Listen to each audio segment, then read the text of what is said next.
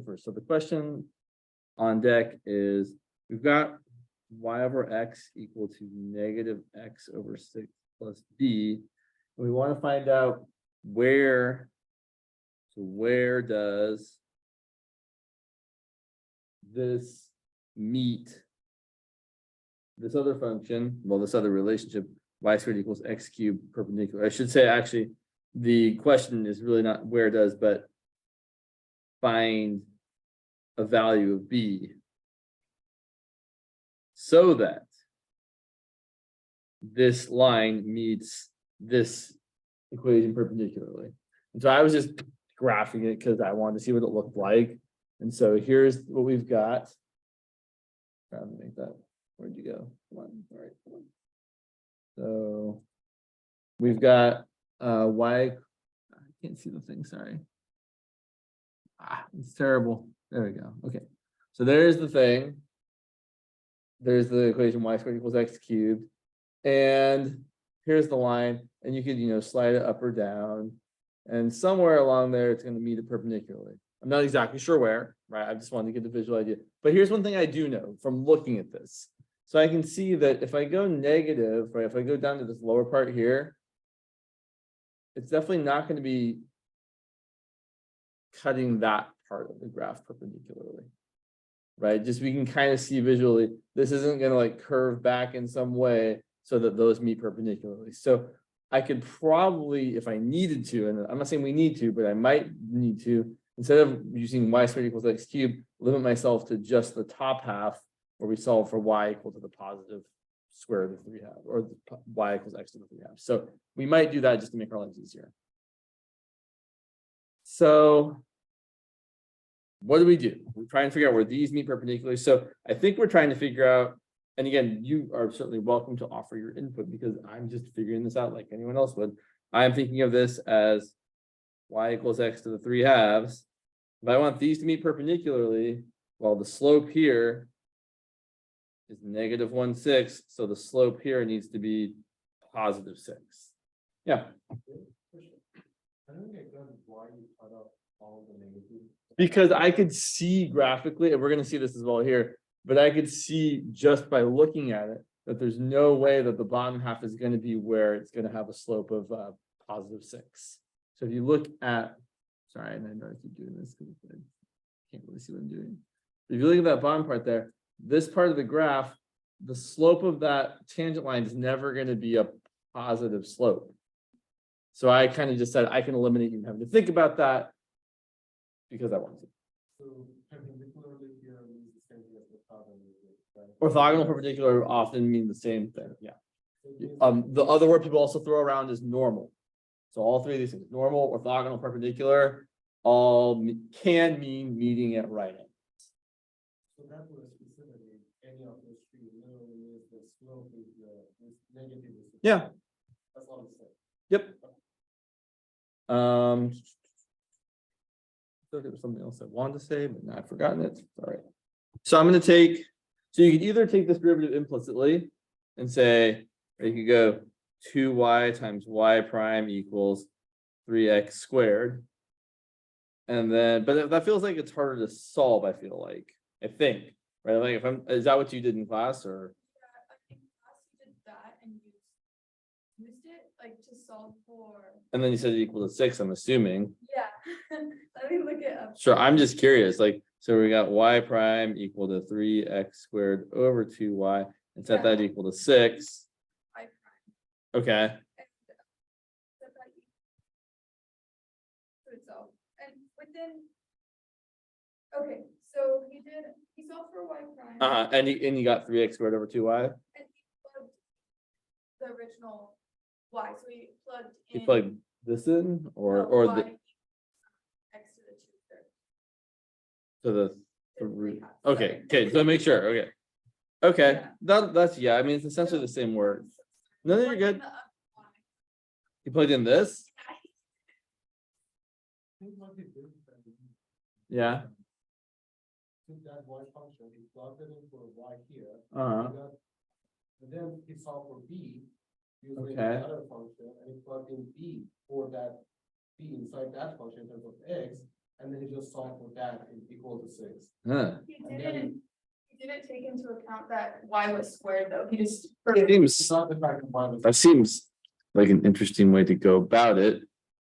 So let's think about what we're doing here, because I'm not sure, like, maybe that's the right thing to do. Maybe he doesn't know what he's doing. Like sometimes people assign questions and don't actually know how to solve them, right? So let's just think about what we've got here.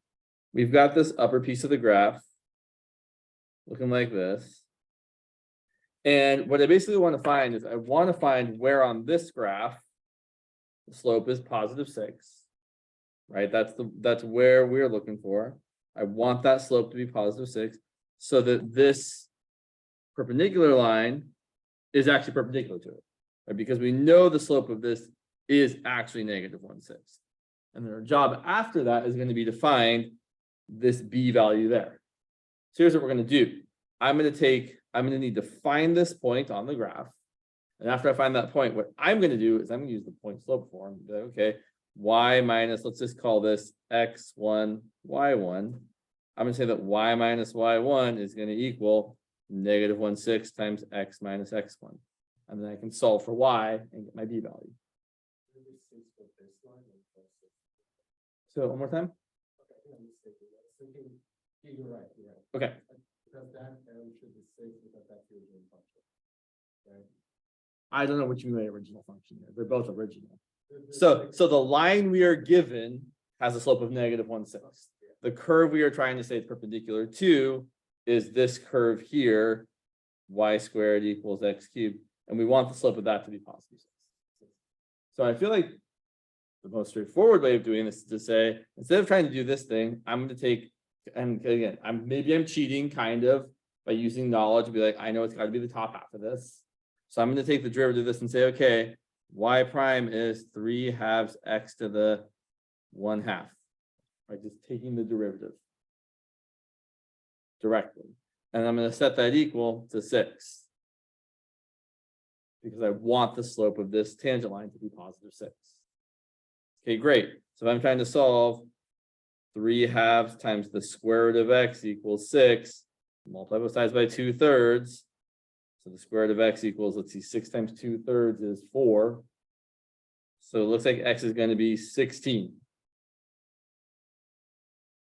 So it looks like this point here is 16 comma, well, y is x to the 3/2, and 16 to the 3/2 power is 64. Right, square root of 16 is 4, 4 cubed is 64. So it looks like that point there is 16 comma 64. And then looking back at this, I'm going to say y minus 64 equals -1/6 times x minus 16. Just plugging in this point into my slope intercept form. Sorry, my point slope form. And then if I isolate my y, I get y equal and distribute here. So I get -1/6 times x. -1/6 times -16 is going to be +16/6, which is +8/3. I'm going to add a 64. So this looks like it's going to be -1/6 x plus 8/3 plus, okay, 64 times 3 is 192. So I've got 200/3.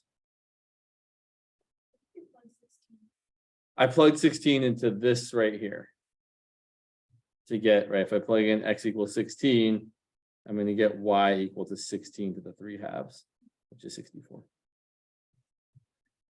To my mind, there's no need to do something kind of seemingly challenging and plugging in y here or over there and to work with those. I don't think you have to do that. Let's look at the graph though, just to actually see if it looks like what we think is happening is actually happening. So let's go ahead and actually delete this and change that to 200/3. And now let's ask ourselves, okay, are they actually meeting? Well, wow. I'm not sure if that was Yo, yeah.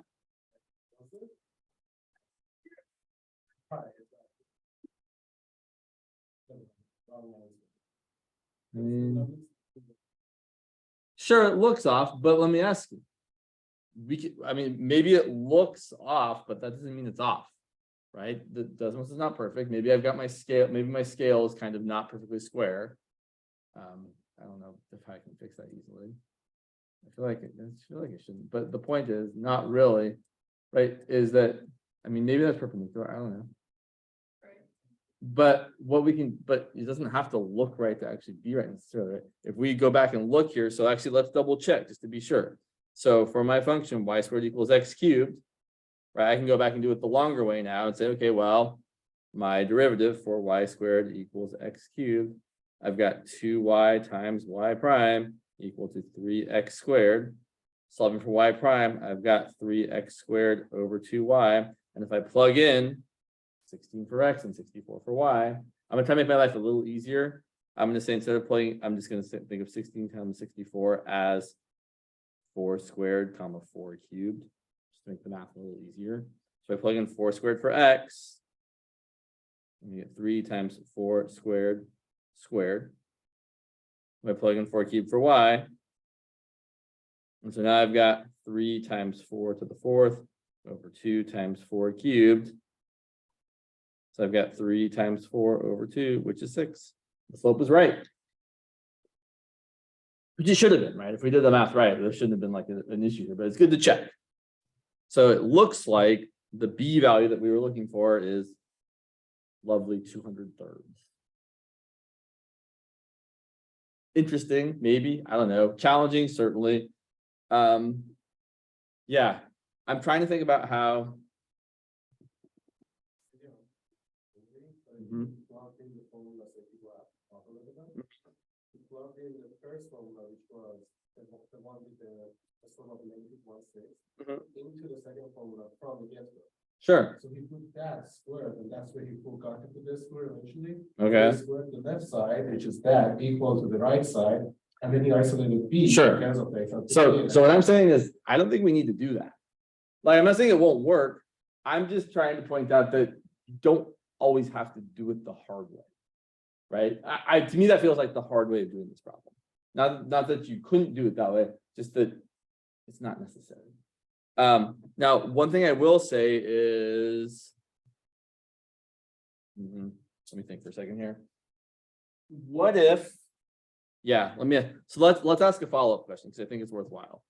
So what if instead I said, now I would really prefer to do the same sort of thing, except now I want to find, same question, find b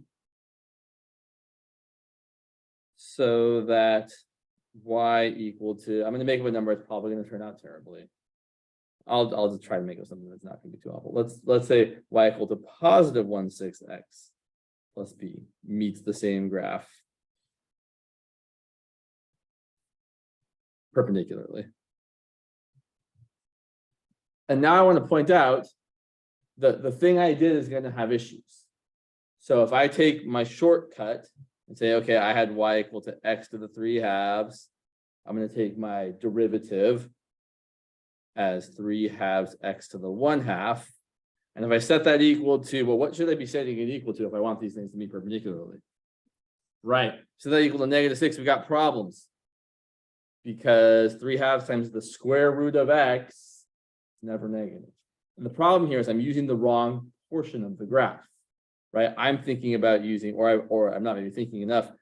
If I do the simplification from this to this, I'm using this portion of the graph when I should really be using this portion of the graph. So what I need to do is say, oh, I don't really have this. I really have this. And then I have that, and then it'll work out just fine. So then I can do the same sort of work. I'm probably going to get x equal to 16 again, because it shows a similar number. But here's the thing. So actually, this is kind of interesting, I think. Maybe not. You guys were like, it's fine. So what we're going to get here is, if I solve this, x to the 1/2 equals -6 times -2/3, which is +4. And then x is still going to equal +16, as it should, right? On this graph, x is never negative. But then what's y going to equal if x is 16?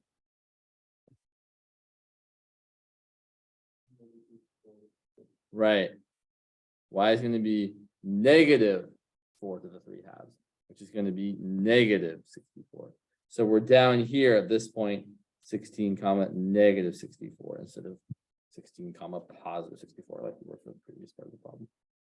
Actually, take a picture of the first. Not at all. two.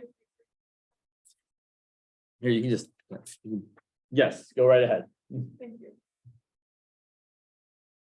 So there's lots of ways to attack problems like this. Sometimes weird stuff happens, and your teacher does it in a way that might seem overly complicated. And sometimes that happens just because that is the way we think. Like you see something like your teacher probably like, I don't know what to do. I'm going to try a thing. Oh, the thing worked. Great. But sometimes the thing that works is not the easiest way to do it. It doesn't mean it can't be done that way, just that you should think about all your options before you get too set on doing it one way in particular. That's what I would say. Yeah. Before we move on from this problem, get a review of what exactly you did here. So I want to kind of generalize other problems similar. I don't know if this really generalizes so easily. But what I would say is, so generally, right, I'm trying to find the y-intercept of this line that goes through this, that crosses this other function perpendicularly. So all I did was I said, well, I know that the slope of this line is 1/6, or in the previous part, -1/6.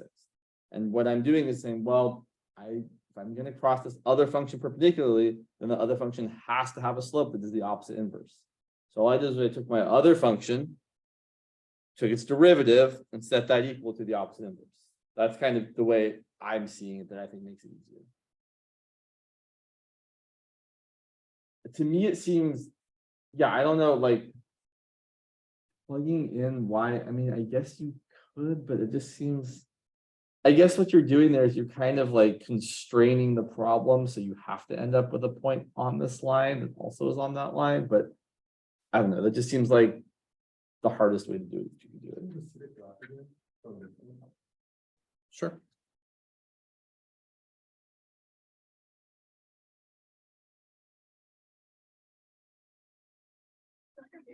Yeah. Essentially, what we are doing is logging in some b such that the first function is the other, or diagonally or perpendicular. Right. But what we're really doing is we're doing to work to find that. Because we don't, that's the only thing we don't actually know. Mhm. So where's that 6 coming from? I see where the 6 coming from, the slope of the line, but why is that useful? Because it allows, because so knowing that the slope of this line has to be -1/6, because they have given us the fact that the line looks like this and we're just trying to find b. If I know that this line is -1/6, then I know that the point on this line that we're crossing through has a tangent line whose slope must be +6. And because of the nature of this particular function, there's only going to be one point, right? It's not some function that's going to like turn around in a weird way and have a slope of 6 in multiple places. Good. Could I briefly summarize what we were working on? Sure. So there was a homework problem. This is not a linear approximation. So there, it's kind of a, I would say it's not a very typical problem. So there's a homework problem that said, find the value of b, the y-intercept, so that this line y equals -1/6 x plus b crosses the function or the relation y² equals x³ perpendicularly. So here's our y² equals x³, and it goes this way as well. And here's the line y equals -1/6 x plus our unknown b value. And then what we did was we said, well, if this line has a slope of -1/6, then the tangent line has to have a slope of +6/1.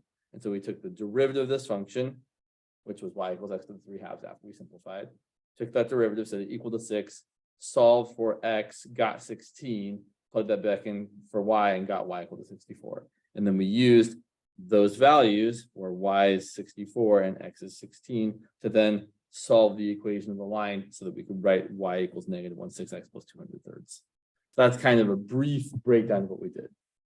Again, kind of an atypical problem. I will point out just we're not going to do this problem because I actually don't know how to do it yet. But I saw a student the other day, also in 21A, who was looking at this problem, which seems similar in vibe. They had, what was it? Given, so it was to show or to prove that the tangent line, I just think, so we're not going to do this question because honestly it seems complicated and we don't really need to do it, but show that the tangent line to the relationship square root of x plus square root of y equal to the square root of c has x and y intercepts that add up to c always.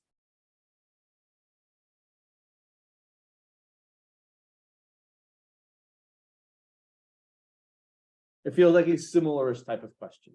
Again, it's not a normal question, right? Like this is very much this feels like not a test question, hard homework problem. Like this is a challenging thing to do. It's doable.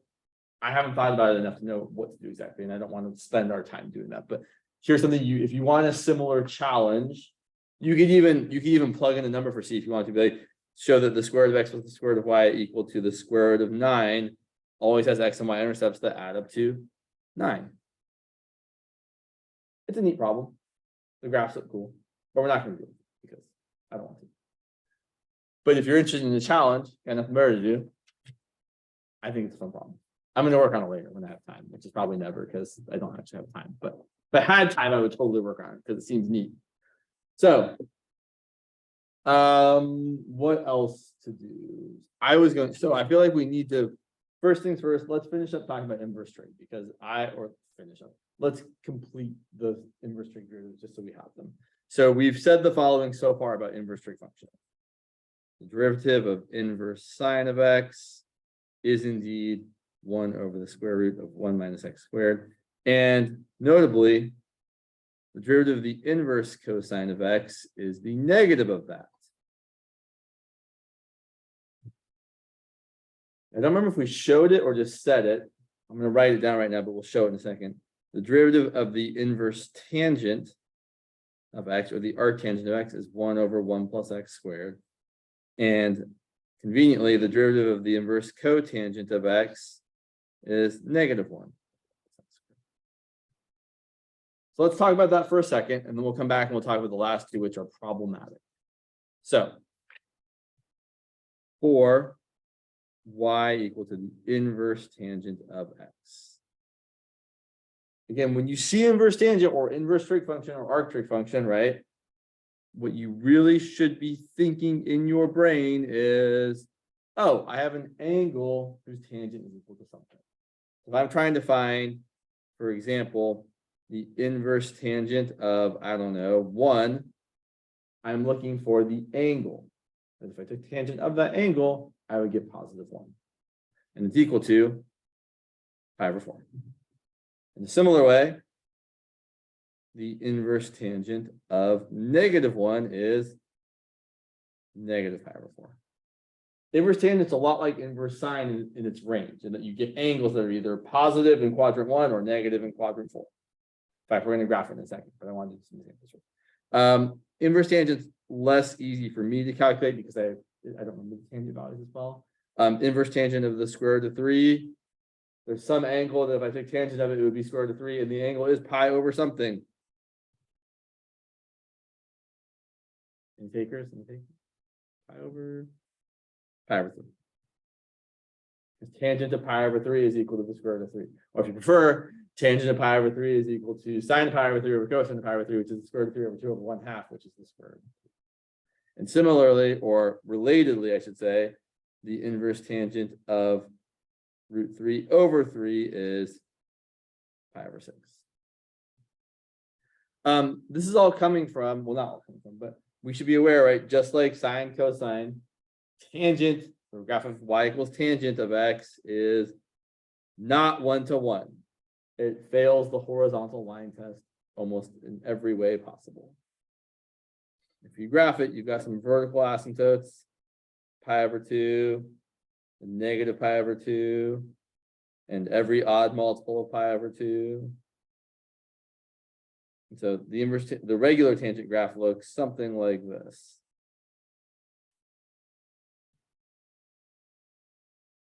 It just keeps going and going and going. And it has intercepts at 0 and at pi and so on and so on and so on. It's kind of crazy. If you do the inverse relationship, if you graph x equals tangent of y, the tangent of y equals x, it looks super crazy. In fact, why not? I got it right there. I just want you all to see how fun it looks. Here's what I found. Why? I mean, you're trying to tell me about graphing y equals tangent of x. I appreciate it, but if you graph x equals tangent of y, it looks really bonkers. Right? It's just, I mean, it's not surprising because it's really just you're changing the relationship between y equals tangent of x and x equals tangent of y. but you know, it just looks kind of crazy. There's your usual tangent graph, and there's the inverse. And also notably, right, definitely not a function. X equals tangent of y, sorry, yeah, x equals tangent of y, supremely not a function. So just like every other time we try to invert a trig function, we have to restrict its domain. So if you invert this, I don't want to draw it because it looks terrible, but x equals tangent of y is not a function. So we restrict it. We just look at this domain and say, okay, we're just going to take that piece and invert it. And so if we do that, we get y equal to the inverse tangent of x. And that's just going to be, instead of vertical asymptotes, we get horizontal asymptotes at pi over 2 and negative pi over 2. And we get something that looks like this.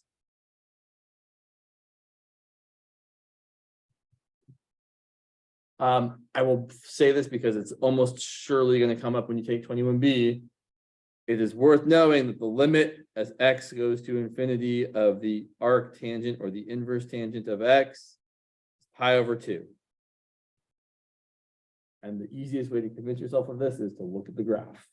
Like, oh yeah, as you go to the right, it gets closer and closer to pi over 2. The other way you could try to say this yourself is you're saying, what angle do I take tangent of to get something that's larger and larger and larger and larger?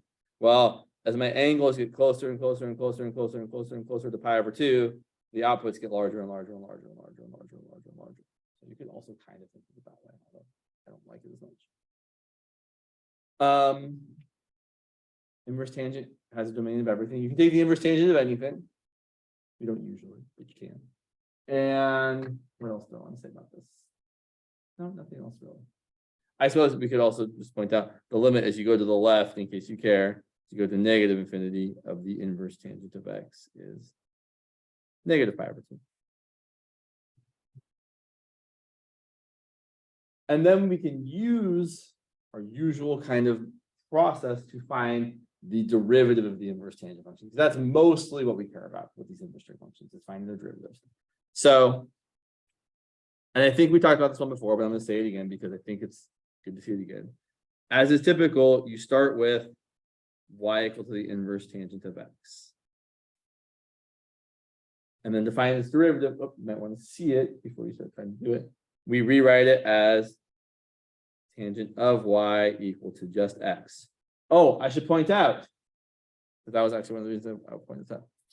The range for the inverse tangent function is negative pi over 2 to pi over 2, exclusive of the endpoints, but I don't really care. Really what I'm thinking about that as is quadrant 4 and quadrant 1. So just like, or very similar to inverse sine, inverse tangent has a range of outputs that are in quadrant 4 and quadrant 1. So the range of the inverse tangent function is negative pi over 2 to pi over 2. And just to be extra explicit about this, right, I know I already said it, I'm going to say it again.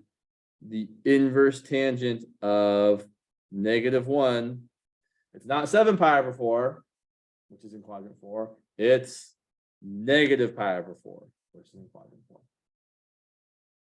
Why? Because we have all decided together that that's the way it has to be. We needed this thing to be a function, and we have collectively chosen these to be the outputs. But really, it's because someone made a decision once upon a time. Mathematicians, and this is a logical choice, right? Certainly, you could pick a different part to restrict this function to, but this seems like a kind of natural choice for like, yeah, I'm going to take that section of the tangent graph and invert that and get this section like that.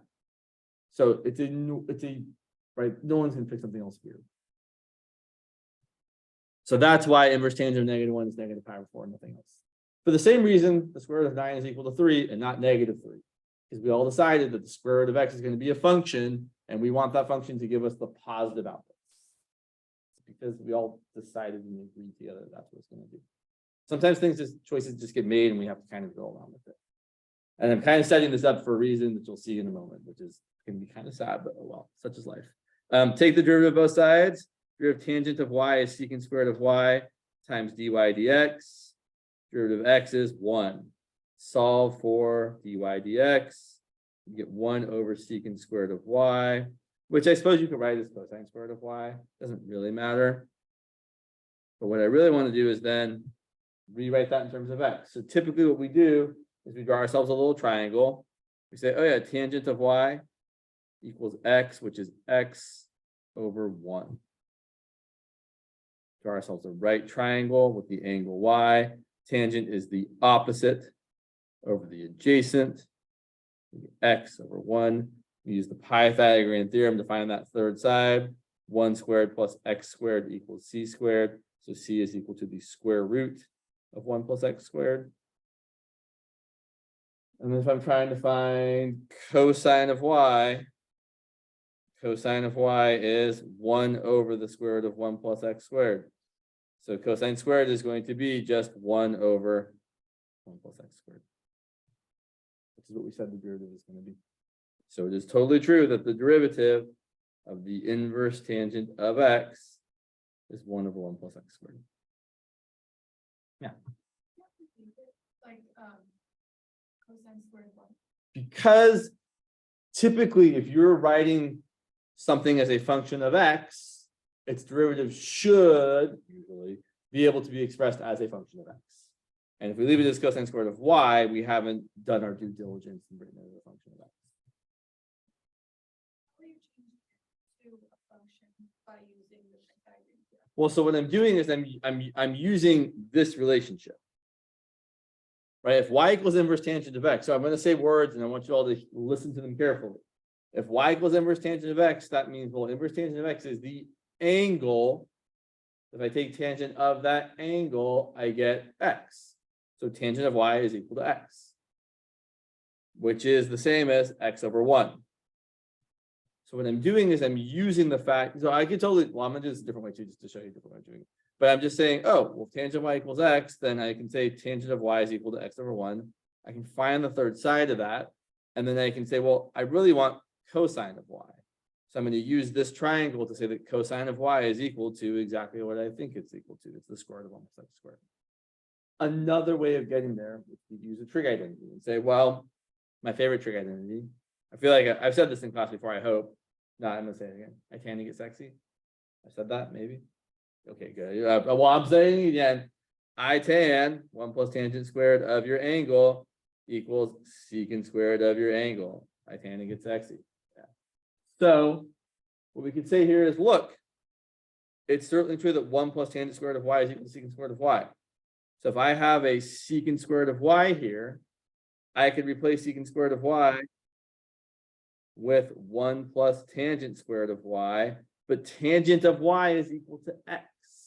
So I can actually replace that with 1 plus x squared. It's kind of very similar to how when we were differentiating exponential functions using implicit differentiation, and we would get to the point where we had like a y in our answer, and then we'd replace y with what it was equal to. It's the same idea here. It's just that I'm not doing the terrible thing that some people try to get away with. So this is the right answer, and this is how you should write it. Somebody might try to say, well, James, why wouldn't you just write something like cosine squared of the inverse tangent of x? And I would say, because I'm not a terrible human being. But also because it's not as right as it could be. I mean, it's not okay. You're not a terrible human being. But the point is the cosine of inverse tangent of x is exactly what we're doing when we do this. Right? The inverse tangent of x is the angle y. And cosine of that angle y is adjacent over hypotenuse, which is exactly 1 over the square root of 1 plus x squared. So then when I square it, I get 1 over 1 plus x squared. So the short answer to your question is we write it that way because we want to write it as a function. The very much longer answer is because we do all this stuff to get there. You assume that 1 plus x squared square root of that is positive because tangent is in a first and fourth and first square. Not tangent. Tangent is not in any quadrant specifically. Our angle is in the first or the fourth quadrant. Correct. Right? Yeah. So what I would say about the plus or minusness is you never have to worry about it. It always works out the way we need it to. Unless you're talking about secant or cosecant, which we're about to talk about. So, other questions about this? I would encourage all of you on your own at some point to show in the same sort of way that the derivative of the inverse cotangent of x is equal to negative 1/1 plus x squared. You literally do the very, very same work. You say y equals inverse cotangent, cotangent of y equals x, take the derivative of both sides, get negative cosecant squared of y, dy dx equals 1, do the triangle thing. Okay, so now I have to ask you all a question. How many of you have talked about the derivative of inverse trig function in your class by show of hands? Some of you, great. So for those of you that have you talked about inverse secant and or inverse cosecant? Yes or no? Maybe. So let me ask you, for these inverse trig functions, have you seen any of the derivatives having an absolute value in them? No. Okay, interesting. All right. Okay, so here's the issue. Most of the time, everyone in the mathematical world is in agreement about how functions should work. Most of the time. However, inverse secant and inverse cosecant, there is disagreement. There's disagreement in books. Some books have it one way, some books have it another way. So I'm going to show you both ways and then tell you have to kind of do whatever your professor says. That's the real truth. So, in fact, and I definitely, are any of you in Burke's class? I've definitely seen those homework problems on her homework that ask you to find like the limit of the inverse secant as x goes to negative infinity, and I don't know what the answer is because I don't know how she's defined in class. So let's talk about inverse secant, starting with y equal to secant of x. So secant of x just looks like, I always think of it as cosine being kind of flipped away from the x-axis. So instead of, cosine having a 0, 1, and then a pi over 2, comma 0, and doing like this sort of deal, inverse secant is going to have a vertical asymptote pi over 2 and do this sort of deal. All right, so I'm thinking of cosine doing this.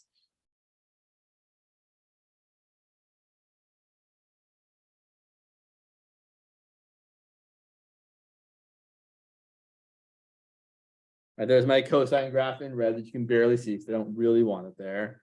But then I think of secant or the reciprocal function as kind of flipping away from the x-axis. I know it's not like the best way of saying it, but it works for me.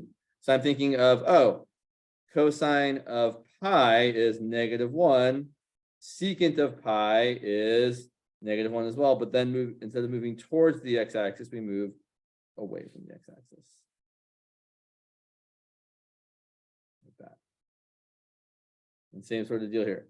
Cosine of 2 pi is 1, so is secant of 2 pi, but cosine moves towards the x-axis, secant moves away from the x-axis. So here's our lovely secant graph. I probably want this section over here too.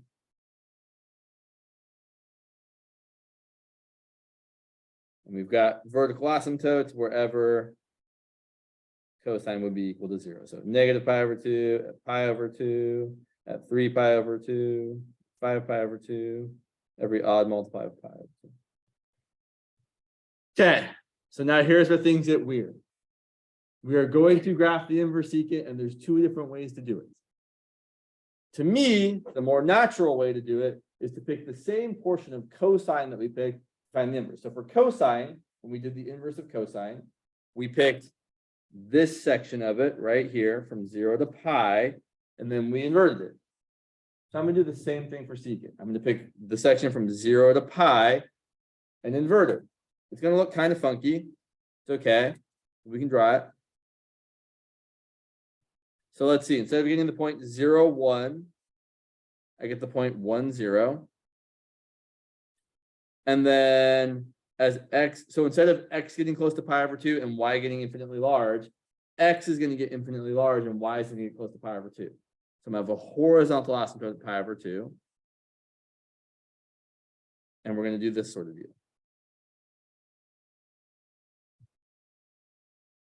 That's this section right here inverted. We're going to do the same thing over here. We're going to take this section and invert that. So instead of getting pi comma 1, pi comma -1, I'm going to -1 comma pi. And as instead of the x values getting close to pi over 2 and the y values getting negatively infinitely large, the x values are going to get negatively infinitely large and the y values are going to get close to pi over 2.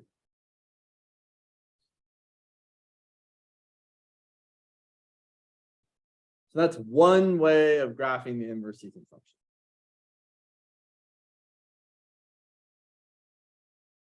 And your class might have chosen to do it that way. Or, and here's where things are maybe sad, maybe not. Depends on your perspective. Some people like to pick this section here still. You're almost always picking the first quadrant, right? You're always picking from 0 to pi over 2. That's usually the choice that's always made.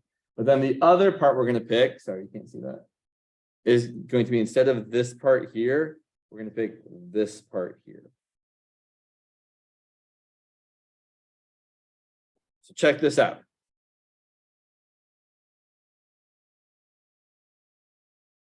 We still have the same 1, 0 doing its usual thing. Pi over 2.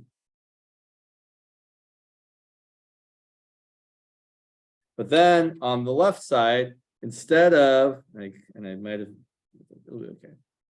So here's pi, here's 3 pi over 2. Instead of coming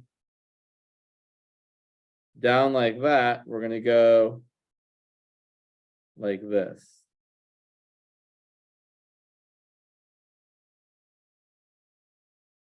And both of these are valid interpretations of the inverse secant function, which is annoying. It's super annoying. Like, this is terrible, I think. But the problem is there's a good reason to pick both of these. There's a good reason to pick this one because it looks like the normal choice, right? This first choice is definitely graphically the one that makes the most sense. It's kind of got some symmetry to it. We've made the same choice we would have made for cosine. So it's a totally good reason to pick this. So let me show you why it's not a good choice. Let's find the derivative. So I'm going to do the same. We're going to do the derivative the same way we've done it for all the inverse trig functions. We're going to start with y equals inverse secant of x, and then immediately rewrite it as secant of y equal to x. We're going to take the derivative of both sides. So then the derivative secant of y is secant of your stuff times tangent of your stuff times the derivative of your stuff equal to the derivative of x. Okay, solve for dy dx. So I'm going to get dy dx equal to 1 over secant of y times tangent of y. I already know what one of those things is. What's secant of y equal to in terms of x? Just x. Tangent, we have to draw the triangle for. So I take my secant of y equal to x, or secant of my angle equal to x over 1. I never remember what secant is. I always remember what cosine is. So cosine is adjacent over hypotenuse. So secant is hypotenuse over adjacent. So then I draw my triangle. Here's my angle y. Here's my hypotenuse. Sorry, that's not the hypotenuse. Blowing it. My hypotenuse over my adjacent. I find the third side. So 1 squared plus my unknown side squared equals x squared. So my unknown side squared equals x squared minus 1. So my unknown side is the square root of x squared minus 1. Cool. So that's what's going to go down there because tangent of y is exactly opposite over adjacent. So tangent of y is exactly the square root of x squared minus 1.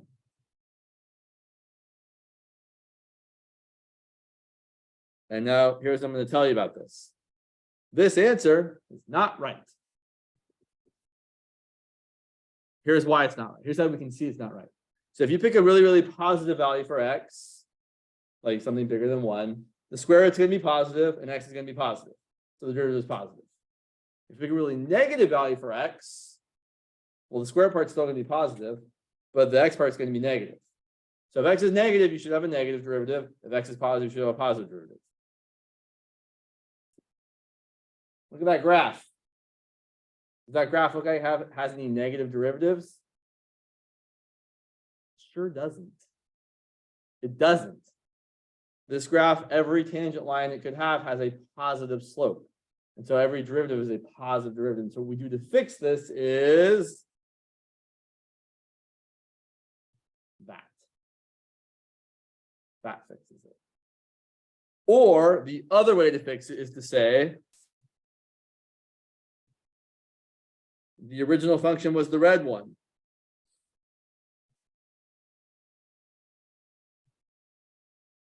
Was the one with 3 pi over 2 as a horizontal asymptote.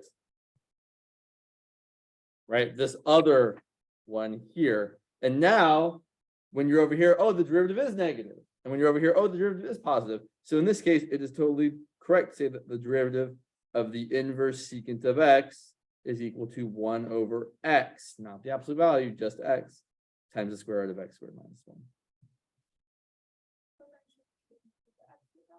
No. Well, the answer is maybe. The answer is it depends on what your teacher says, which is never a great answer, but it is the answer that is true.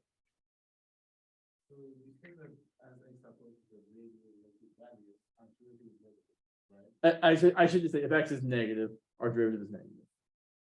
In this graph. But I'm thinking about the function itself. So when we have 1 over x is square root of x is squared Minus 1. minus 1. Mhm. If x is approaching negative infinity, how do you know that the function is negative? Well, because, I mean, how would it not be? Because 1 is a positive number, 1 is a negative number, right?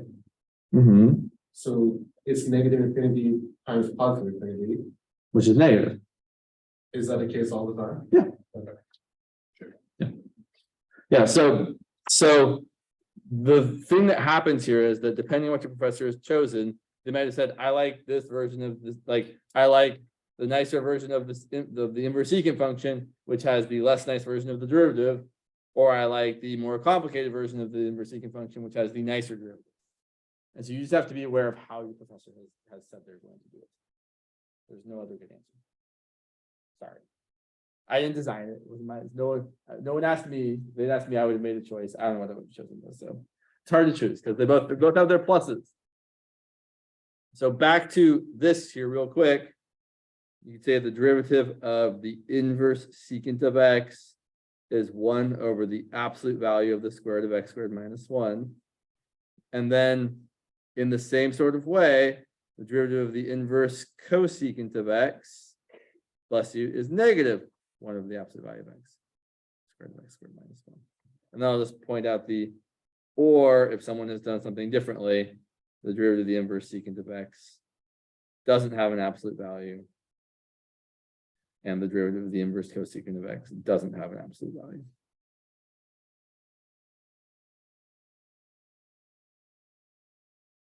Couple things to take away from this. One, you only need to know these three. If you know these three, then you know those three automatically.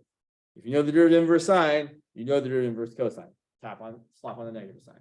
Same is true for inverse tangent, inverse cotangent, inverse secant, inverse cosecant. You know the non-cofunction versions, the cofunction versions, cosine, cotangent, cosecant, just have a negative sign, which is great because that also kind of conforms with our knowledge about trig functions already, right? The derivative of cosine, cotangent, and cosecant all have negative signs, which is kind of nice. So this pattern is kind of recurring here. Okay. So then, where'd you go? We can then start to ask kind of crazy things like, maybe not crazy, but more challenging questions like, what's the derivative of the inverse tangent of the natural log of x to the 6th power? And if that's an x, that's an x. If I was going to do that, I would do one thing first. I would rewrite this as the derivative of the inverse tangent of 6 times the natural log of x. Make our life a little bit easier. And then differentiate. So the derivative of the inverse tangent, so it's the chain rule every time. All the time, it's always the chain rule. So if you know the derivative of the inverse tangent of x, is 1 over 1 plus x squared, then we know the derivative of the inverse tangent of some stuff is 1 over 1 plus the stuff squared times the derivative of the stuff. Always. Everything. Or the derivative of the inverse cosine of e to the x squared. Well, the derivative inverse cosine of x is negative 1 over the square root of 1 minus x squared. The derivative inverse cosine of some stuff is negative 1 over the square root of 1 minus the stuff squared times the derivative of that stuff. And the derivative of e to the x squared is e to the x squared times the derivative of the stuff. So it's always kind of just taking the rule that you've got and making it the chain rule version. So you all should try to find the derivative of the inverse sine of x to the 4th minus 3. Try that one.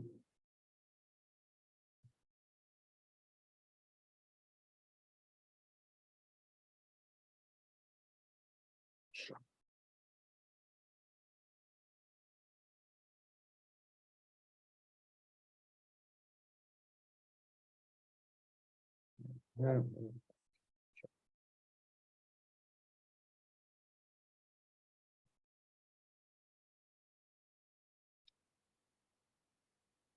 Okay. Got notes all over the place.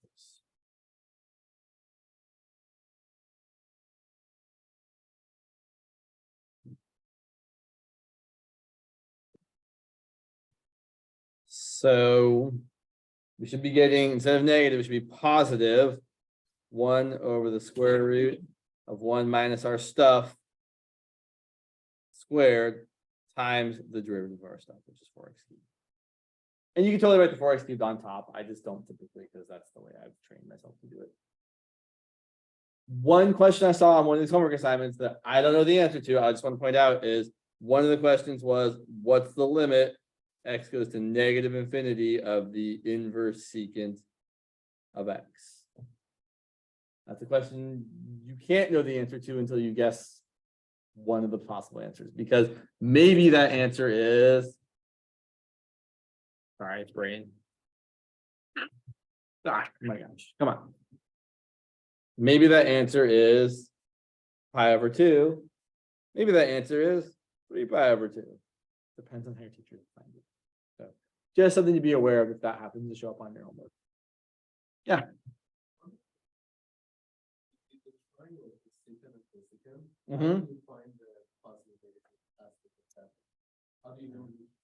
I was really hoping you wouldn't ask that question. Because so basically the idea is we just kind of ignore it.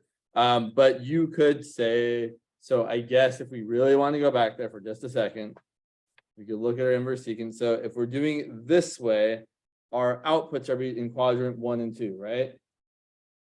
So in fact, to be honest, that's probably actually part of dealing with why the absolute value comes into play there, is because that's kind of the issue. So for example, all right, so we ended up having, right, our derivative of the inverse secant of x is 1 over, we ended up getting secant of y times tangent of y. And if our angles live in quadrant 1 or 2, well, secant's fine, secant's got to be positive, right? Secant's got to be positive because you're, wait, no, sorry, secant, sorry, right, secant can be positive or negative. Tangent can also be positive or negative. So, but here's the thing. We know that in quadrant 1, they're both positive, so the output's positive.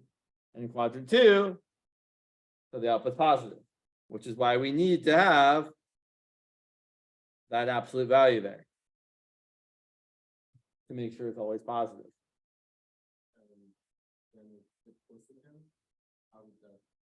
Cosecant would be a similar thing, but I don't want to get too deep because it's not that important. Like I know it's important, but like it's not, as far as things go, it's not like. One over secant and tangent, would it be So for the cosecant one, I encourage you should do it on your own. You're going to get 1 over cosecant times cosecant. Okay, let's look at a couple more. I was going to ask you guys. Oh no, yeah. So for example, if our function is the inverse secant of x to the 5th. So I'm going to go with the convention in this class. In this class, we're going to use the absolute value version, just because that's the version that I typically think of as being the usual way of doing it. But if you have to do something else in your class, just be aware of that. So what's the derivative going to be? Well, the derivative inverse secant of some stuff is 1 over the absolute value of that stuff times the square root of that stuff squared minus 1 times the derivative of that stuff. And as much as I would like to be able to drop the absolute value, I cannot. So here we're going to get, if you simplify it, 5x to the 4th over x to the 5th, sorry, in absolute value, times the square root of x to the 10th minus 1. You can probably cancel some x's, but not all of them. If you, okay, I'll just point out, you could probably write this as 5 over the absolute value of x times the square root of x to the 10th minus 1. So what you did is took x to the power 4 out. Yeah. Positive 100. Right. Exactly. Right. So yeah, exactly. I said that this was equal to 5x to the 4th over x to the 4th times the absolute value of x times the square root of x to the 10th minus 1. Because the absolute value of x to the 4th is the same as x to the 4th. Because x to the 4th is always positive. But again, I wouldn't worry too much about that. Like we're getting kind of very caught up in the small detail that we probably should stop focusing on. So let me ask you all to do one more problem and then we'll move on. So try finding the derivative of f of x equal to inverse secant of the square root of x. Or if you prefer, inverse secant of x to the 1/2 power. Find the derivative of that.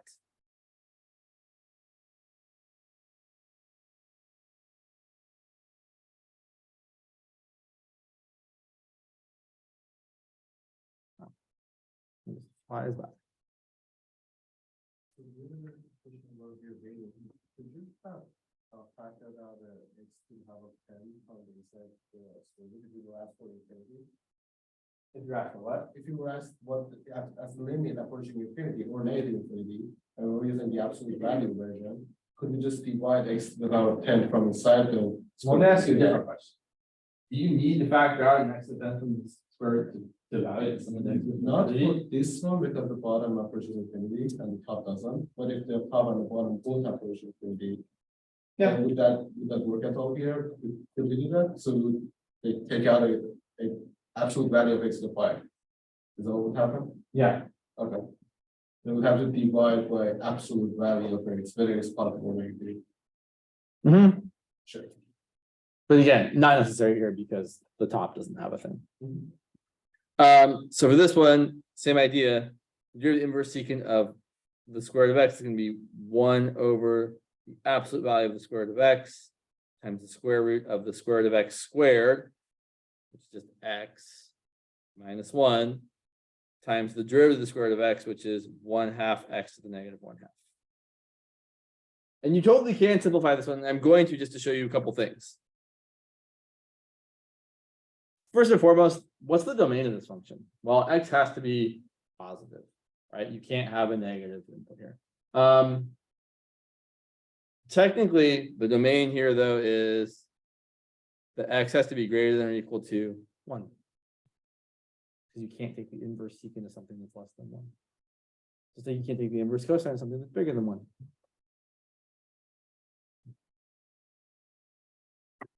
Feel like you guys don't believe me. All right. Let's look at the graph. Here's the graph of the inverse secant. Oh, you can't be between -1 and 1. So you can't take the inverse secant of something. Right? Because there's no angle that takes secant of that angle, the output is equal to something smaller than 1. Just like there's no angle you can cosine of, you can output that's bigger than 1. Same idea. So I can simplify this a tiny bit. I get 1 over the absolute value of the square root of x. I don't need the absolute values there. Right? Square root of x is already positive, absolute value unnecessary. I got a square root of x, I got a square root of x minus 1, and here I have a 1 over 2 times the square root of x. So square root of x times square root of x is just x. So I get 1 over 2 times x times the square root of x minus 1, which is kind of funky, but it's true. So something worth noting that you might not have noticed is the square root of x squared is certainly the absolute value of x, but the square root of x squared is just x.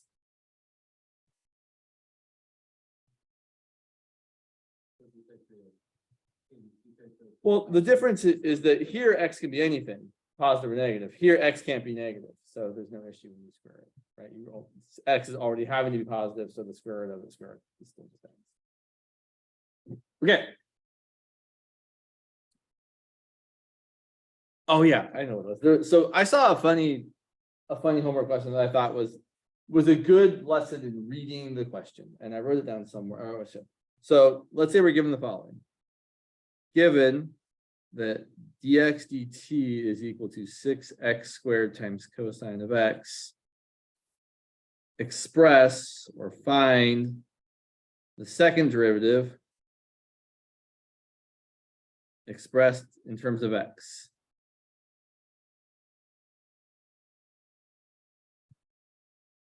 So when I saw this question, I was helping someone with it. They were trying to take were trying to take the derivative with respect to x, and they were trying to find like the second derivative. Was very complicated. But I want to point out this notation means something, right? Saying that dx dt is equal to 6x squared times cosine of x. Again, we're not given the original function. I have no idea what it is. It's probably, we could find it, but it's terrible. We would need to have taken 21b to know what the original function was. Fine, we don't need to do that. But the point here is that x is really a function of time. That is what is being expressed when you see this notation, right? This dx dt here means, oh, x depends on time. And dx dt is the rate of change of x as time is increasing, or whatever t is, but we use t when we're talking about time. So then the idea here is I want to take the second derivative with respect to time. So I'm going to say, okay, great, x of t is equal to something, I don't know. And then the derivative of that, dx dt, which is x prime of t, is this 6x squared times cosine of x, given. And so then if I differentiate that with respect to time, I'm taking the second derivative, which is going to be the derivative with respect to time of x prime of t, which is the derivative with respect to time of 6x squared times cosine of x. I'm going to have to use the product rule. And now here's where we have to be extra careful. This first part, 6x squared. What's the derivative of 6x squared? Right, we have 12x, and then we have a dx dt, or an x prime, because we're thinking of x as a function of time, and so we're basically just using implicit differentiation. And then times the other piece, which is cosine of x, plus, then you switch it up. You're going to get 6x squared, and the derivative of cosine of your function of time is negative sine of your function of time times dx dt. Now, we're not quite done because the question says to express your answer in terms of just the variable x. So I would do two things. One, let's just factor out the dx dt because we can. You could also factor out an x, but I don't really care about that. So we're going to this is dx dt times 12x times cosine x minus 6x squared times sine of x. And finally, replace dx dt with what we're given that it's equal to. So this is equal to 6x squared times cosine of x times 12x cosine x minus 6x squared sine of x. I thought that was an interesting homework question. It certainly is a one where you have to really read the question carefully and think about what they're actually asking you. But not a bad question. So was there something similar to this? We had a problem in our physical term, which is not necessarily hard, but I think there might be a catch that I'm not. Okay, what's the question? And the question is to find the second derivative of an implicit function at a specific point. Okay, And if you were to just find the second derivative, it would be excruciatingly hard because Sure. the function was really complicated. okay. But if you plugged it in, it would make it a little bit easier. So I'm thinking, is there a catch that I'm not getting? I don't know. I'd have to see it. Okay. But with the problem like that in general, would you just have to plug it in?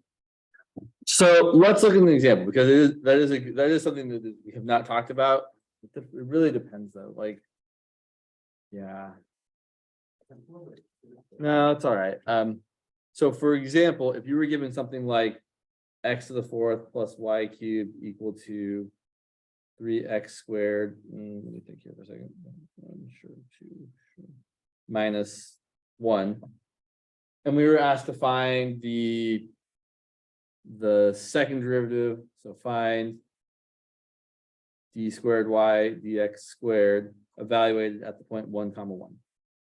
This one might be too easy algebraically to get us not there, but let's find out. So I'm going to find the first derivative. Differentiate, we get 4x cubed plus 3y squared times y prime equal to 6x. And then if I'm trying to find y prime, we got y prime equal to, well, I should say 3y squared, y prime equal to 6x minus 4x cubed. Y prime is going to be 6x minus 4x cubed divided by 3y squared. And maybe it's helpful to know, I don't know, y prime at 1, 1 is going to be 6 minus 4 over 3, which is 2/3. So then we have to find y double prime, which is typically taking the second derivative here. So I got to use the quotient rule, which is almost always going to happen if you're trying to find the second derivative implicitly, is you're going to end up having to use the quotient rule because your first derivative almost always is going to be a quotient because of how the algebra always works out. So quotient rule, bottom, derivative of the top, minus top, times derivative of the bottom, which is going to be 6y times y prime, all over the bottom squared. So my guess, and this is just a guess, is that normally if you were solving this, you would then plug back in what y prime was. So, and normally that's a little more terrible than what it would be here. Here you would just have to plug this back in right there. But since we're trying to find this at a particular point, we don't actually have to plug in that whole function. We can say, well, I'm going to plug in what you would get when you plug in the point 1, 1. So if I want to find y double prime evaluated at 1, 1, it's going to be 3 times 6 minus 12 minus 6 minus 4 times 6 times 1 times y prime, which we know is 2/3 from the work we just did, divided by 3 times 1 squared. That's kind of what I'm thinking, but it might be worse than that. Would it help if instead of taking the quotient, we use the upper equation? To use this and then differentiate this, Or either that or this one here? Yeah. Maybe. I don't know. So there's no catch here. You just have to differentiate. Yeah. I mean, the thing is, when you differentiate this, you have to be careful because differentiating this whole piece here is fraught with peril. Is that just Yeah, so but you're gonna get like 6y times y prime plus, well, times y prime times y prime, right? Exactly. And then you're gonna get 3y squared times y double prime. So maybe, I don't know. All right.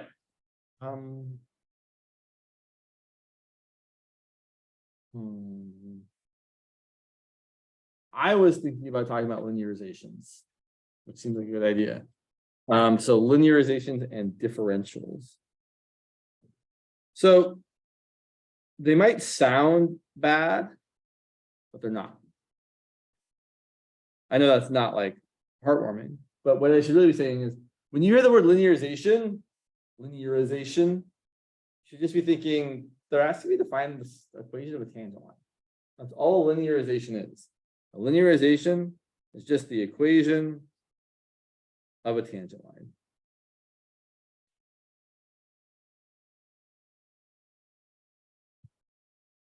So for example, if someone said, I want to linearize function f of x equal to the square root of x at x equal to 9. Well, great. All they're really asking me to do is find the equation of the tangent line. Now, for some reason, people decided they want to write this in a very particular way. So typically what people do when they're trying to do a linearization is they don't just say, like, here's how I would do it first. I would say, okay, well, I've got my function square root of x, trying to find the slope of the tangent line at x equals 9. So I need a slope and a point. My point is the point 9 comma. If I plug in 9 to my function, I get square root of 9, which is 3. My slope, I have to find the derivative. So my derivative is 1/2 x to the negative 1/2.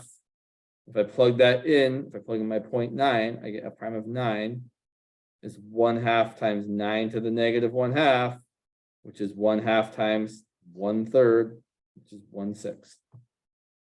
So my equation of my tangent line, putting those two pieces together, is going to be y minus 3 equal to 1/6 times x minus 9. Or more typically written as, I'm going to do a couple things actually. I'm going to write this as, instead of y, I'm going to write it as L of x, because that is the typical notation for a linearization. And I'm going to bring that 3 over there. Equals 3 plus 1/6 times x minus 9. Notably, I'm not going to write it in the y equals mx plus b form.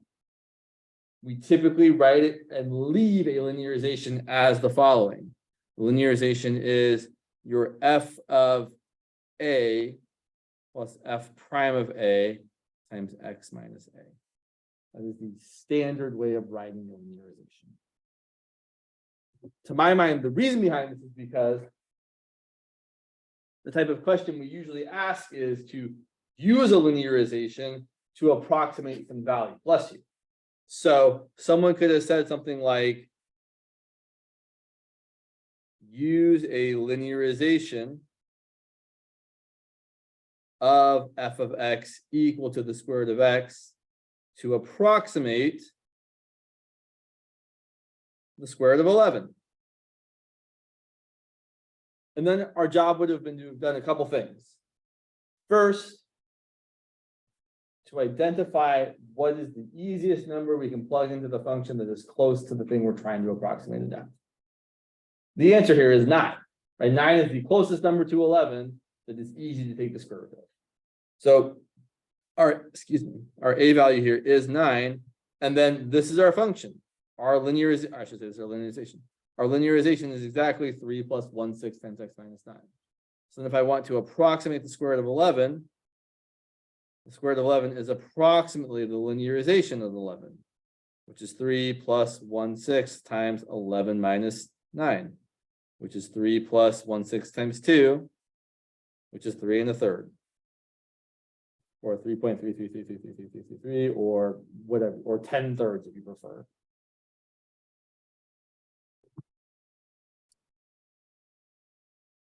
Is there like another format this kind of question you would have? Yes. Instead of giving x. Because I don't think we definitely did this. Uh-huh. But it was not like this straight. Sure. We're getting there. We're building up to it. So here's what I want to point out. Graphically, here's what's going on.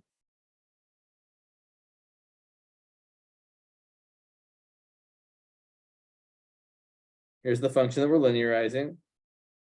And here's maybe the point that we are linearizing it at. So what we're doing is we're literally taking the linear approximation of this function close to that point. We're just drawing the tangent line. So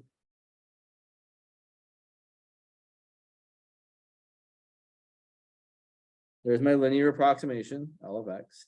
And what I want you all to see is that when we're close to the point of approximation, our linearization is a good approximation.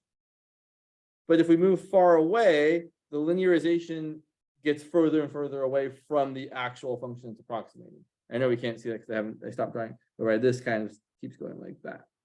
So close to the point of linearization, the approximation is good. And the further away you move from it, the worse the approximation is. Yeah.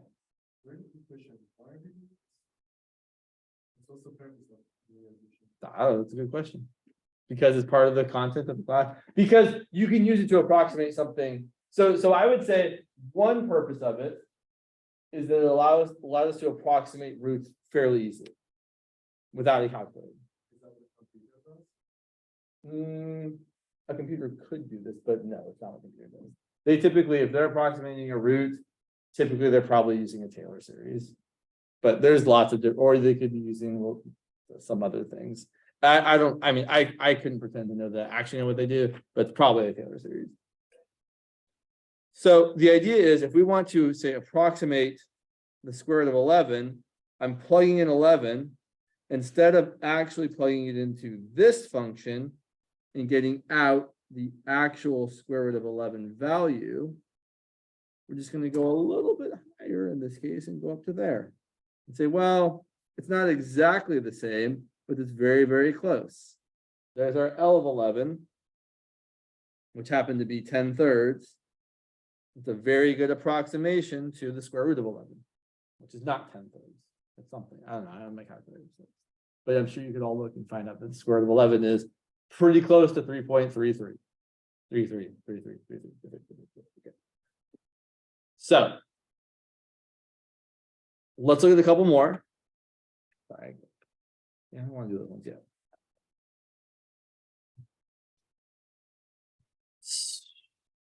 I would probably phrase the following question in sort of this way. So use a linearization. This is my favorite type of question for linearization, but we will address the other types in a moment. So use a linearization to approximate. What do I want to approximate here? So I'm making stuff up here. Let's not do that one. That's boring. Sure, let's do this. 1.956 to the 4th power. Okay, so I don't know what it's going to be, but I know it's going to be pretty close to 16. Because 1.956 is pretty close to 2, and I know 2 to the 4th is 16. Now let me ask you all, should my answer be bigger than or less than 16? Less, because typically we can tell if our function is increasing or decreasing, and if we're plugging in a smaller thing or a bigger thing. So here's the idea. We have to identify what the function is. Some people do really well. I'll address that in a minute. We're going to make the easiest choice possible. We're going to make our function x to the 4th. And then we want to identify what the a value is that we're going to plug in. The a value should be the closest number that is easy to evaluate it at. 2 in this case. We also need the derivative. Our derivative is 4x cubed. And we also need our function and our derivative evaluated at this point. So we know that f of a is going to be 2 to the 4th, which is 16. And f prime of a is going to be 4 times 2 cubed, which is 4 times 8, which is 32. Yeah.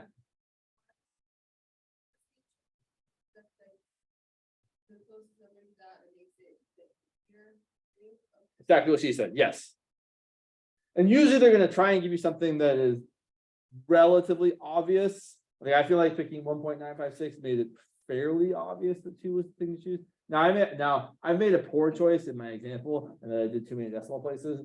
Oh well, we're going to live with it. So my linearization at any x is equal to f of a plus f prime of a times x minus a. I really want to remind you all, this is just the equation of a tangent line.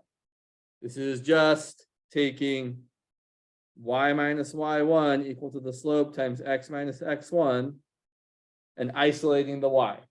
Saying, oh, that's just going to become y equal to y1 plus m times x minus x1. But then writing y1 is f of a, x1 is a, and m is f prime of a. Because it's literally just the equation of the line. So don't let it be scary, right? It's just a line. You can always work up to it if you don't remember this example. I often tend to forget this formula, or sometimes the signs go the wrong way for me. Like I accidentally write a minus sign here or a plus sign there. Those don't work. We have to do it the right way. So I'm like, oh yeah, it's x minus the x value because that's how you do the equation of the line. So now I'm going to actually plug in what I've got. So my linearization at any x is 16 plus 32 times x minus the a value, which is also 16. This is also good because we can see that when I plug in a value of x, oops, I made a mistake. It is 2.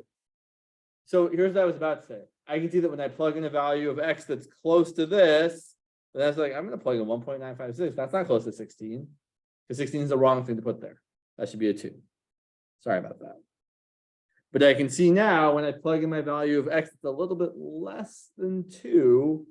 That number minus 2 is going to be slightly negative, and so I'm going to get 16 plus something that's slightly negative, which will need to be a little bit less than 16, like we already said it should have been.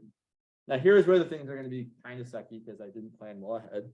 When we actually do this, so when I approximate this, and I like to write it this way, I like to write my function with my value 1.956 to the fourth is approximately my linearization evaluated at that same point, which is going to equal the function with that value plugged in, 16 plus 32 times 1.956 minus 2. And here's where it's going to kind of suck because I did too many decimal places. So it's going to be 16 plus 32 times negative 0.044. Oh, it might not be so. No, it's still bad. And you have to multiply that by 32 and then add that to 16. Okay, so fine. It's totally fine. 32 times. Can I? Oh my gosh. Can I use my calculator? Maybe. Nope, I can't clearly. It doesn't want to be done. So that's 16 minus 1.408, which is 14.592. Compared to if we actually calculated it, 1.956 to the fourth power, let's find out just for comparison's sake, is 14.6377. Approximately. So not a perfect approximation, but a decent one, right? We're not that far off. Certainly much closer than just saying it's 16. So that's kind of the idea, is sometimes you can be given a thing to approximate and you kind of have to figure out all the other stuff. Okay. So you got one more example of this particular variety of thing, and then we'll look at the other stuff, the differential stuff. So one more example. Let's say I want to approximate, sure, let's do that one. Let's say I want to approximate cosine of 63 degrees. That way, that's fine, sure. Okay, so same idea. We have to identify the function, the value we're going to plug in, and the derivative and all that stuff. So my function here is going to be cosine of x. Typically, if you're trying to make life as easy as possible, you're just taking the thing you're trying to evaluate and replacing the number that's in there with x. That's usually the easiest thing to do. Oh, I know what I was going to say. I'll say that. And then the other thing we have to do is figure out what is the angle that is the easiest to plug into the cosine function, or the one we know how to evaluate. It's close to 63 degrees. 60 degrees. That is an angle we know how to find cosine of. F of A is cosine of 60 degrees, which is 1/2.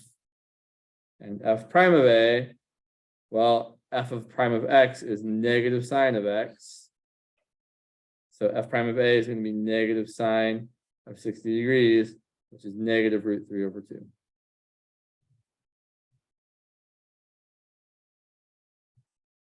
Now, there's a mistake that can be made here, and we have to be super careful.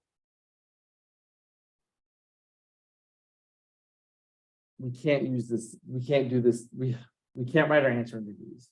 Here's what I mean. If I was going to write this, my linearization as f of a plus f prime of a times x minus a, totally fine that f of a is 1/2 and f prime of a is negative root 3 over 2.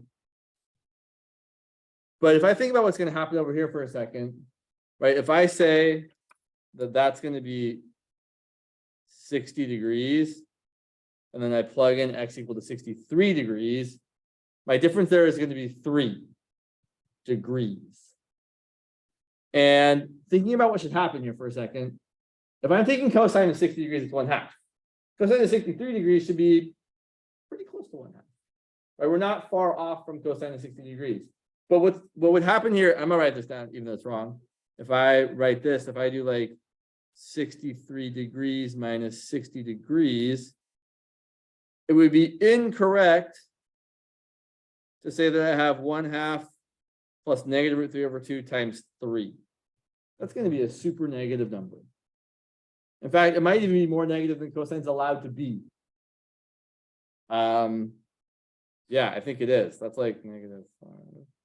Yeah, I think this is approximately like negative 3.05. Cosine can't be negative 3.05. What's the most negative cosine can be is negative 1. So the problem here is that degrees are not how we do calculus. We have to use radians. It's totally fine to say cosine of 60 degrees is 1/2, but it's not okay to have degrees in your actual like thing you're calculating. So what we need to do instead is change this to radians. So this is going to equal 1/2 plus negative root 3 over 2 times 3 degrees times pi over 180 degrees to change it to radians.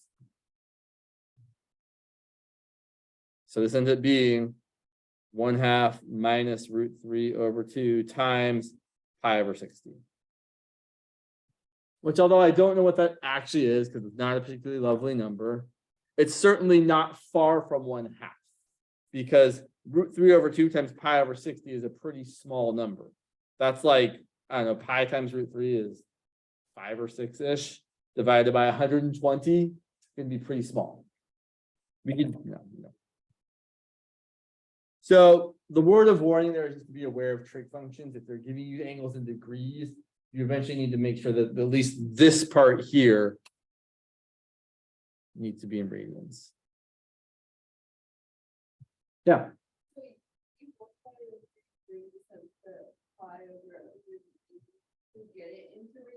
Exactly. Okay. So let me ask you two, what kind of variety of questions are you two seeing? You were saying that like the ones I'm doing, it seemed a little too clear cut. Okay, that's fine. Sure. I'm just curious what kind of things you're seeing. Okay. Sure. Well, that's what it is. It is a tangent line. F of A plus F. Sure. Yeah. Sure. Okay. So the other thing I would say is sometimes people will give you weird functions. So let me just show you one more example of this. You know what I mean? So someone could say, use a linearization of f of x equal to the cube root of, I don't know, let's make it stupid, x plus 10. That's so dumb. Sorry. To approximate the cube root of, let's make it a 2x plus 10, sure, why not? To approximate the cube root of, sure, 28. Okay, so regardless of how terrible this question looks, what's a good number that's close to 28 that's easy to take the cube root of? 27, right? That is the nice thing, right? We know that the cube root of 27 is 3. Great. Okay, we'll come back to that. So linearization is still the same sort of thing it always is. We're going to say that the linearization of x is f of a plus f prime of a times x minus a. So my function is the cube root of 2x plus 10, or 2x plus 10 to the negative 1/3, sorry, to the positive 1/3, getting ahead of myself there. And the derivative is 1/3 times 2x plus 10 to the negative 2/3 times 2. Chain one. Now, the question I have to ask here is, what is the a value that we actually want to put into this function so we get the cube root of 27? Not 27. Right, it's dumb. Right, but so we have to say, oh, our a value is going to be 17/2. So when I plug that value in, I get something that's close to, well, I get something that's 27, which is close to 28. Which is kind of really funky. But that's what we're getting. So let's see what happens. So f of 17/2 is going to be the cube root of 27. Right, it's going to be 17 plus 10 to the 1/3 power, which is 3. And f prime of 17/2 is going to be 1/3 times 2 times 17/2, 17 plus 10 is 27 to the negative 2/3 power times 2. So we end up getting 2/3 times 27 to the negative 2/3 is 27 to the 1/3 is 3, 3 to the negative is 1/9. We get 2/27. So then our linearization here looks like f of a, which is 3, plus f prime of a, which is 2/27, times x minus a, which is x minus 17/2. Which is a silly way of, so we'll finish this and we'll talk about how this is kind of weird. What do we need to plug in for x? If we're trying to approximate the square root of 28, that's going to be, well, the square root of 28 is f of what? Well, you have to plug into our function for x so that we're actually taking the square root of 28. I don't know. What is it? It's 9, right? Yeah. F of 9, right? If you plug in 9 for x there, 2 times 9 is 18, 18 plus 10 is 28. This problem just requires a lot of extra thinking that's kind of silly. So then that's going to approximately be L of 9, which is 3 plus 2/27 times 9 minus 17/2, which is going to be 3 plus 2/27 times 1/2, which is 3 plus 1/27. Which you can simplify further, but I don't want to.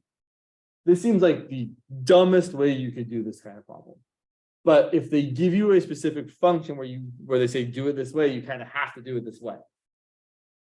On the other hand, if someone said use linearization of whatever you want, so if someone didn't write this part, right, if that part wasn't there, if I was trying to approximate the cube root of 28, I would be like, okay, well, I'm just going to make it easy. I'm going to say f of x is the cube root of x, a is 27. Go ahead, and that'll get you there much faster. So if they give you a particular function that you have to linearize, then you also have to think about how to plug in the right thing for x to get the actual thing you want out, which is kind of terrible. I think it was more like they say like actually Sure. Okay, well, that's good. That's certainly the better case. Now, there's another side of this kind of problems, which are estimating the change in a function. So let me give you an example of that. I'll give you an easy example. So let's say we have a square with a side length of 6. That's a 6. I can draw 6. I have my brain not want to draw 6 centimeters. And we increase the side length by 0.04 centimeters. Use a differential to approximate the change in area.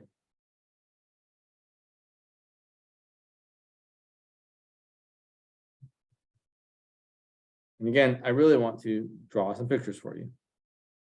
So I'm going to draw some pictures to show you what's happening, and then we'll talk about how to calculate it. So I know that for a square with a side length of x, the area as a function of x, not surprisingly, is just x squared. Kind of one of the most straightforward examples. Okay, so let's graph this. I'm going to be very extreme here. Okay. Let's say 6 is right about here. And let's say that adding 0.04 is way over here. So here's the idea. I don't actually want to calculate 6.04 squared. Because it's kind of, it's not like super hard to do, but it's kind of a pain to do by hand. The idea is instead that we want to find out what the change from here there is, or we want to approximate it. So there's 6 squared, which is 36. And here is the actual 6.04 squared, which I don't know what that is. And this here, that is the actual change in your function, which typically we're not going to calculate. Although sometimes in the homework problems, we calculate the actual change and the approximate change. What we're going to do is instead, just like before, we're going to use a tangent line. So we're going to take the tangent line at the easier spot, which is not 6.04, it's at 6. There's our tangent line right there. Oh, come on, James. Draw the tangent line. Okay. Sorry, my tangent line looks kind of terrible. Okay, it'll be all right. And so what instead we're going to do is instead of calculating this actual change, we're going to calculate this approximate change here, which is called the differential, dA. Now, here's what I really want you to think of when you see this. That's the rise, aka the rise over the run. So this tangent line has a slope. And that slope is just the derivative. But the derivative is also, the slope is also the rise over the run. Right? Slope is just rise over run. For a straight line, rise over run. And so if I want to just find the rise, I'm going to take my derivative and multiply it by the run. So very, very generically, the rise that we're trying to find is the derivative times the run.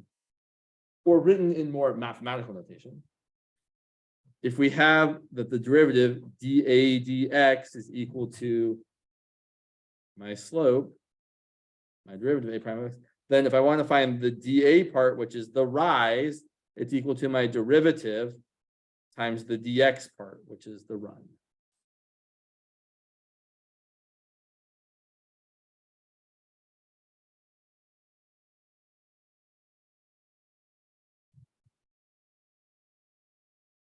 So now if I want to find dA here, I can find the slope of this tangent line.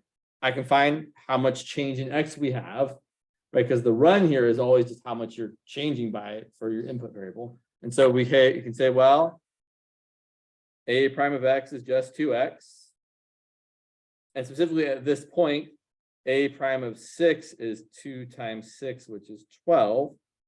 So then my differential dA is going to be 12 times my change in x, which is 0.04. So that's going to come out to be about, well, not about, it's going to come out to be exactly 0.48 centimeters squared. Which is a decent approximation of how much we've increased by. Right. So I should also say, right, we're not saying what the new area is, although we also could. You could totally say that the new area is approximately 36.48 centimeters squared. So be careful though. Sometimes they're asking for the difference. Sometimes they're asking for the new value. And this one's nice because you can actually see what's happened here. So here's what's happened. I took my square with a length of 6, and I increased all the sides by just a little bit, by 0.04. So I increased this side by 0.04, and this side by 0.04, and I got this new square.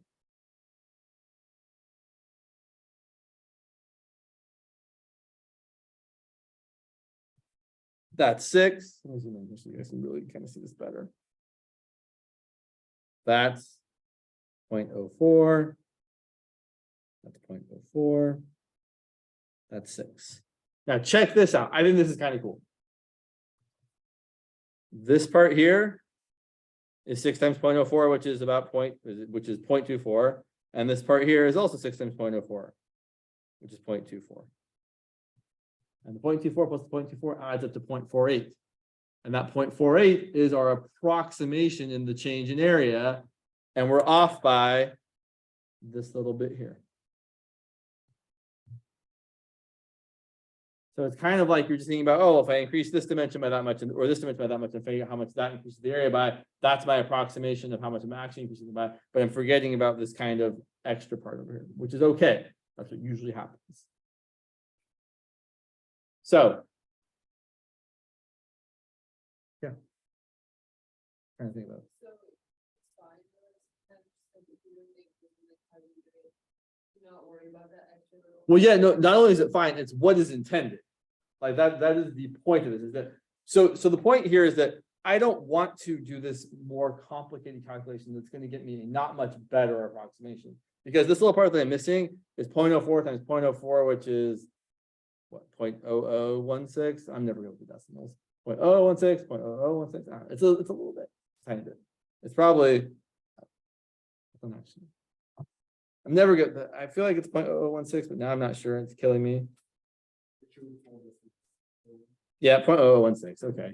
I know how these work. I just always feel it. So right, we're off by 0.0016. And I don't think, and together, we don't think that that's enough to really be concerned with. We'd rather do the easier calculation than be super precise. So the idea is we can use this for other things. For example, we got 5 minutes. For example, let's say we have a sphere of radius 5 inches is coated with a layer of ice that is 0.2 inches thick. Let's approximate the volume of the ice.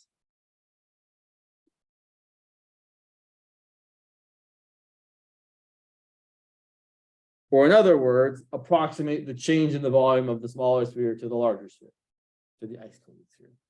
So what we're going to do is basically we're going to take the surface area of this sphere and multiply it by how thick that layer of ice is. Now that's not 100% correct, right? Because the surface area of the sphere, right? If you're basically just saying we're all just going to make it 1/4 of an inch or 0.2 inches thick, you're not quite capturing all of the change, and that's okay. So here's how we're going to do this. We're going to say, well, the volume of a sphere is 4/3 pi r cubed. And I want to find the change in volume. Well, I want to approximate the change in volume. So the change in volume is going to be approximately the differential, which is going to be the derivative of this, which is 4 pi r squared. That's not quite right, though. I'm missing something. Well, I'm going to say a different thing, but yes, I'm going to say dr. But yeah, similar idea. How is it not dr over? Well, here's what I've done. I've taken my dv dr equal to 4 pi r squared, and I've kind of done something that's maybe slightly illegal mathematically, but we do it all the time. So I should point out, this is not a fraction, only in name. dv dr, this derivative, this Leibniz notation for this derivative, gets treated like a fraction in every possible way you could want to treat it like a fraction. It's just not a fraction. But we treat it like a fraction all the time. meaning it is totally fine, even though it's not really, but we do it anyways. It's totally fine to multiply both sides of this by dr. So that's what we're doing. And so you'll see in future classes, people will jump straight from this to this without even talking about this. They'll be like, oh yeah, if I've got v equal to this, dv equals derivative times dr. It'll especially come up when you talk about u substitutions in integration. Is you'll find u equal to something, and they'll say du is equal to whatever dx. So it is something people do all the time. Not that it's necessarily right, just it's what you're going to see. So this is just my slope. This is just my run. This is my rise. Again, this is in the context of if I had graphed volume as a function of radius. And I was trying to say, well, I know when the radius is 3, the volume is something, and then I'm trying to see what happens if I increase the radius by 0.2. But instead of actually plugging in 3.2 and calculating the difference, I'm going to use the tangent line and be like, well, that's good enough. So I'm going to say that my dv here is equal to 4 pi times the radius, which is 3 squared, times dr, which is 0.2. Which ends up being, let's see, 9 times 4 is 36. 36 times 0.2 is going to be 7.2. So that's going to be 7.2 pi. That's the approximate change, inches cubed. The approximate change in volume. Versus what I consider to be a less nice calculation. You could do 4/3 times pi times 3.2 cubed minus 4/3 times pi times 3 cubed.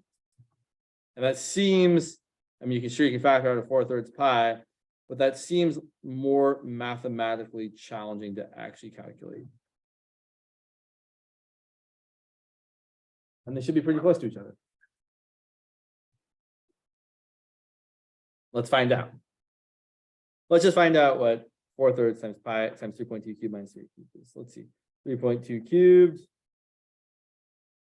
is 32.768 minus 27 times 4/3. This ends up being approximately 7.69 pi. So our estimate was a little under, which makes sense, right? Because thinking about this graph, right, our actual difference would be a little bit higher up here. So it makes sense that our estimate of this difference is an underestimate, but it's still a fine estimate. So that's the idea with differentials. You're taking the derivative of your thing and multiplying it by the change in your input variable to get the approximate change in your output variable. All right. And I guess I should stop talking because it's 10:51.